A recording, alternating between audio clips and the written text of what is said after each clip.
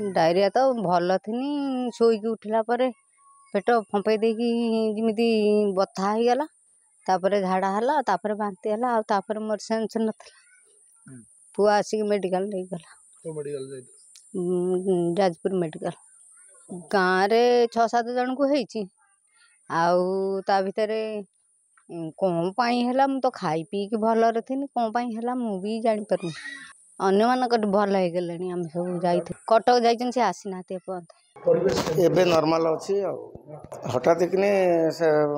आरंभ है 7-8 जन खंड आक्रांत होकिन जाजपुर मेडिकल ट्रिटमेंट गले आमर प्रथम 5-6 दिन तलू आरंभ होता दांडकूल गाँव में प्रथम बिरोली रेवेन्यू दांडकूल और तिखिलिया गाँव में होता टिके से संप्रमित हेले भी बर्तमान मन्नाथपुर और सोलमपुर को व्यापी एवं एबे जहाँ न्यूज आसुच्छी से कलेरा रूप नहीं कलेरा बोली कहते जोटा कि सबुठ मारात्मक तेणु आम प्रिवेंटिव हिसाब से केवल आमर जो पारिभाषिक अच्छी अंगनवाड़ी केन्द्र से कार्य लगेजु पानी केमी विशुद्ध पानी शुद्ध पानी केमी लोक दिज्व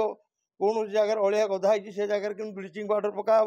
प्रत्येक ट्यूबवेल आम ब्लीचिंग पाउडर पकाऊँ एवं नदी नाल को न जावाई समस्त बारण करुचु यही सतर्कता अवलम्बन करुचु किंतु ये संक्रमित भाव में व्यापी चली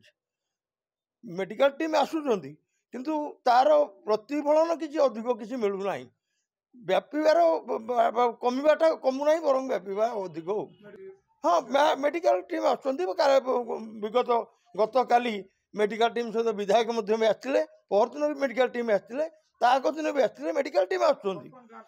बर्तमान गाँव में आउ नुआ केस जो आपंकर प्रथम जो होता तिखिलिया दांडकूल से नुआ केस आउ देखनी कि मन्नाथपुर सोलमपुर एपटे आउ 2टा रेवेन्यू बर्तमान नुआ केस बाहर